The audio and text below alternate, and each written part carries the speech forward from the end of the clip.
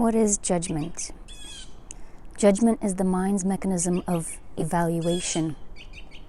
This is good, bad, safe, unsafe, superior, inferior, acceptable, unacceptable.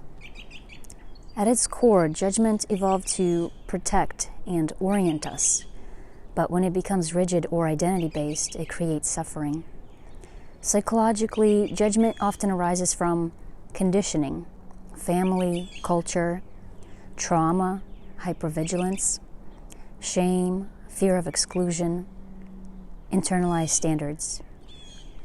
Spiritually, judgment arises from the illusion of separation, the belief that I am separate from you, from life, from source, from the whole. Judgment of self. When judgment turns inward, it becomes shame, harsh self-criticism, perfectionism, chronic inadequacy.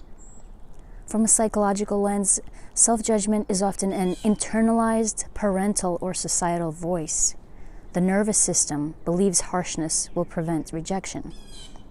From a spiritual lens, self-judgment is identification with the ego structure rather than the observing awareness. As Carl Jung suggested, what we reject in ourselves becomes the shadow. The more we judge it, the more power it holds unconsciously. The third eye perspective sees, I am the awareness noticing the self-judgment, not the judgment itself. That shift alone softens suffering. Judgment of others. Judging others often reveals projection, Jung's shadow principle, unmet needs, unintegrated traits, moral fear. Psychologically, when someone triggers you, ask, what part of me feels threatened? Spiritually, if consciousness is one field expressing through many forms, then judging another is judging a different costume of the same source. As Alan Watts often pointed toward, the illusion is believing we are separate fragments rather than expressions of a single process. This does not mean we abandon discernment. It means we separate discernment from condemnation. Discernment says that behavior is harmful, and judgment says that person is bad.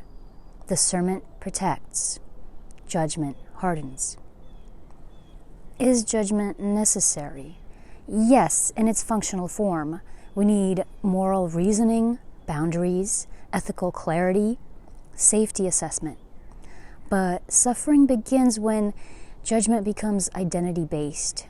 It turns into shame, it becomes chronic, it disconnects us from compassion. In Buddhism, this is tied to ignorance, avidya, mistaking transient mental formations for ultimate truth, as explored in the text like Dhammapada. The mind labels, awareness witnesses.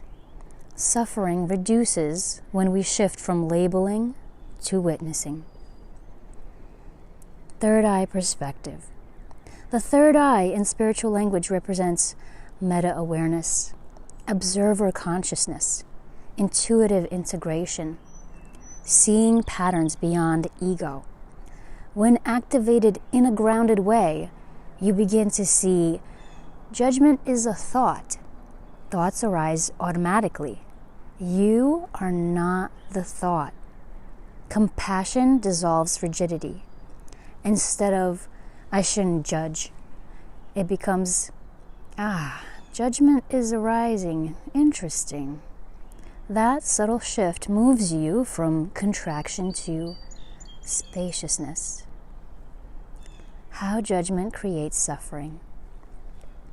Judgment creates suffering through contraction.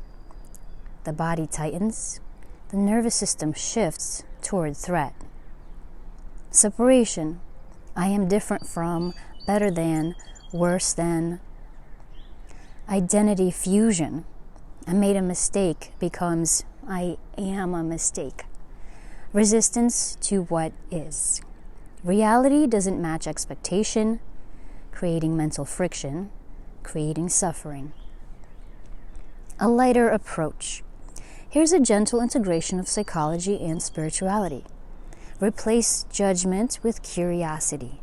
Instead of, she's so selfish, try, I wonder what need she's protecting. Curiosity activates the prefrontal cortex instead of the threat system. Practice self-compassion, neuroscience supported. Research shows self-compassion lowers cortisol and increases resilience. 3 steps.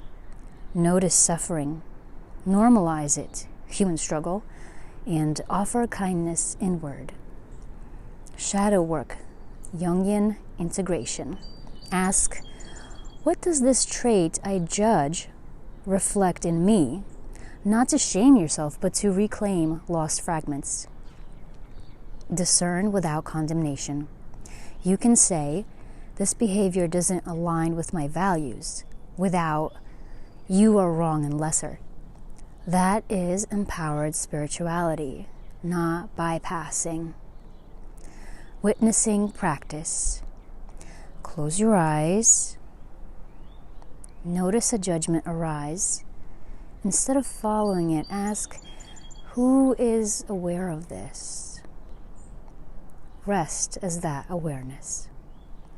This is similar to non-dual teachings found in I Am That by Nisargadatta Maharaj. The deep truth. Judgment is often grief in disguise.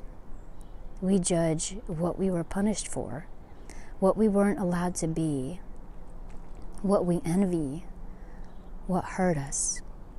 When you soften judgment, you are not becoming passive, you are becoming integrated. The more integrated a person becomes, the less harsh their judgments, because they are less at war within. A gentle reframe. Instead of trying to eliminate judgment, try this. Let judgment become a bell of awareness. When it rings, pause. Ask, what am I protecting? What am I afraid of? What part of me needs love? Over time, judgment transforms into discernment. Discernment into wisdom. Wisdom into compassion. And compassion feels lighter.